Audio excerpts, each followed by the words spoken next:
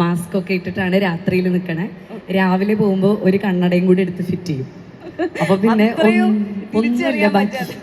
ഒന്നുമില്ല ബാക്കി സ്റ്റേഷനിൽ മാസ്ക് ഒക്കെ വെച്ച് തൊപ്പിയൊക്കെ വെച്ച് കണ്ണടയൊക്കെ വെച്ച് സ്റ്റേഷനിൽ പോയിരിക്കും. അങ്ങനെ ആർക്കും മനസ്സിലായിട്ടില്ല. പക്ഷെ എനിക്ക് ജീപ്പിൽ തന്നെ ഇരിക്കാൻ പറ്റില്ലല്ലോ. അപ്പം അതുകൊണ്ട് ഞാൻ പുറത്തിറങ്ങിയാണ് നിൽക്കുന്നത്. അപ്പം ഈ ഡ്രൈവിംഗ് ലൈസൻസ് ഇല്ലാതെ വണ്ടി ഓടിക്കുന്നവരെയും ഡ്രങ്ക് ആൻഡ് ഡ്രൈവ് ആയിട്ടുള്ള ആൾക്കാരെയൊക്കെ പിടിച്ചു നിർത്തുന്നതിൻ്റെ കൂട്ടത്തിലാണ് ഞാനും ഒരു സൈഡിൽ നിൽക്കുന്നത്. അപ്പം എൻ്റെ അടുത്ത് ആൾക്കാരൊക്കെ ചോദിക്കും, എന്താ അടിച്ചിട്ട് വന്നതാണോ? അപ്പം ഞാൻ ലൈസൻസ് ഇല്ല. ഞാൻ പറയും, ഇത് വണ്ടി എവിടെ? ഞാൻ പറഞ്ഞു സ്റ്റേഷനിൽ കൊണ്ടുപോയി. എന്നാൽ അങ്ങോട്ട് പോകും, അടച്ചിട്ട് പോയിക്കൂടെ എന്നൊക്കെ എൻ്റെ അടുത്ത് ആൾക്കാർ ചോദിക്കും. അവർ വിചാരിക്കുന്നത് അവരെ പോലെ തന്നെ എന്നെയും ഇവിടെ പെറ്റിയടയ്ക്കാൻ വേണ്ടിയിട്ട് പിടിച്ചു നിർത്തിയിരിക്കുന്നതാണ് എന്ന് വിചാരിച്ചു. പക്ഷെ ആൾക്ക് മനസ്സിലായിട്ടില്ല. ഞാൻ ഒരു കാര്യം കൂടി ചോദിച്ചിട്ട് വിടാം. അതായത് ഈ ഒരു സിനിമയിൽ ഒരു പോലീസ് ഉദ്യോഗസ്ഥയുടെ സ്ട്രഗിൾസ് മാത്രമല്ല ജാൻസി എന്നുള്ള ക്യാരക്ടർ ഫേസ് ചെയ്യുന്നത്. അവർക്ക് ഒരു ലൈഫുണ്ട്. ആ ഒരു ലൈഫിൽ അവർ എന്താ പറയുക തോറ്റുപോയി എന്നൊരു തോന്നലിലൂടെ ജീവിക്കുന്നത്. അവരിങ്ങനെ ഒരു എന്താ പറയുക ഒരു ഡെഡ് കോപ്സ് ആയിട്ടിരിക്കുന്ന പോലെയാണ് ഓരോ. ഞാനത് വളരെയധികം ശ്രദ്ധിച്ചു ആ ഒരു കാര്യം.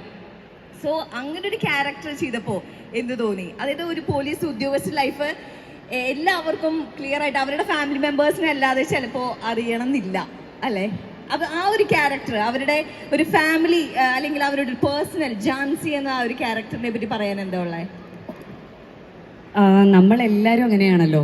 പോലീസല്ല, നടി എന്നുള്ള രീതിയിൽ നിങ്ങൾ എന്നെ കാണുമ്പോൾ എന്നും ചിരിച്ചു നിൽക്കുന്ന, എപ്പോഴും ഇൻസ്പിറേഷനിൽ വർത്താനം പറയുന്ന ഒരു നവ്യ നായരായിരിക്കും നിങ്ങളെ കാണുന്നുണ്ടാവുക. പക്ഷേ ചിലപ്പോൾ ഈ ഇൻസ്പിറേഷൻ്റെ ഇൻ്റർവ്യൂ ഒക്കെ കൊടുത്ത് വീട്ടിൽ ചെന്ന് നെഞ്ച് തടിച്ച് കരയുന്നുണ്ടാവും അല്ലേ? അപ്പോൾ ഹെവനെ ആണെങ്കിലും ഇപ്പം ഇവിടെ നിന്ന് വളരെ സ്മാർട്ടായിട്ട് അടിച്ചു പൊളിച്ച് ഭയങ്കര ഒരു RJ ആയതുകൊണ്ട് തന്നെ വാക്കുകൾക്കൊന്നും ഒരു പഞ്ഞവും ഇല്ലാതെ വളരെ പോസിറ്റീവായിട്ട് എനർജറ്റിക് ആയിട്ട് സംസാരിക്കുന്ന ഒരു കുട്ടിയാണ് അല്ലേ? ചിലപ്പോൾ പക്ഷെ വീട്ടിൽ പോകുമ്പോഴായിരിക്കും നമുക്ക് 100 കൂട്ടം പ്രശ്നങ്ങളുണ്ടാവും. ഒരു സ്കൂളിൽ ക്ലാസ് എടുക്കുന്ന ഒരു ടീച്ചറാണെങ്കിലും ഘോരം കോടതിയിൽ വാദിക്കുന്ന ഒരു വക്കീലാണെങ്കിലും അത് ആൺ പെൺ വ്യത്യാസമില്ലാതെ നമ്മുടെ പ്രൊഫഷൻ വേറെ, നമ്മുടെ പേഴ്സണൽ ലൈഫ് വേറെ. അപ്പോൾ പ്രൊഫഷണൽ ലൈഫിൽ കാണുമ്പോൾ എല്ലാവരും ആ ജോലിയാണ് ചെയ്യുന്നത്. ഞാനും അതുപോലെ തന്നെ ചെയ്യുന്നു, ജാൻസിയും അതുപോലെ തന്നെ ചെയ്യുന്നു. എൻ്റെ മുമ്പിൽ നിൽക്കുന്ന ഇവരെല്ലാവരും ജോലി ചെയ്യുമ്പോൾ നമ്മൾ വേറൊരാളാണ്. ആ ജോലിയുടെ ഉത്തരവാദിത്തങ്ങൾ നമ്മുടെ തലയിലുള്ള ഒരാളാണ്. പേഴ്സണൽ ലൈഫിൽ നമ്മൾ എന്തൊക്കെ ബുദ്ധിമുട്ടിക്കൂടെ കടന്നു പോയാലും പ്രൊഫഷണൽ ലൈഫിൽ നമ്മൾ മുന്നിലേക്ക് പോയേ പറ്റുള്ളൂ. അത് തന്നെയാണ് ജാൻസിക്കും. Thank you so much.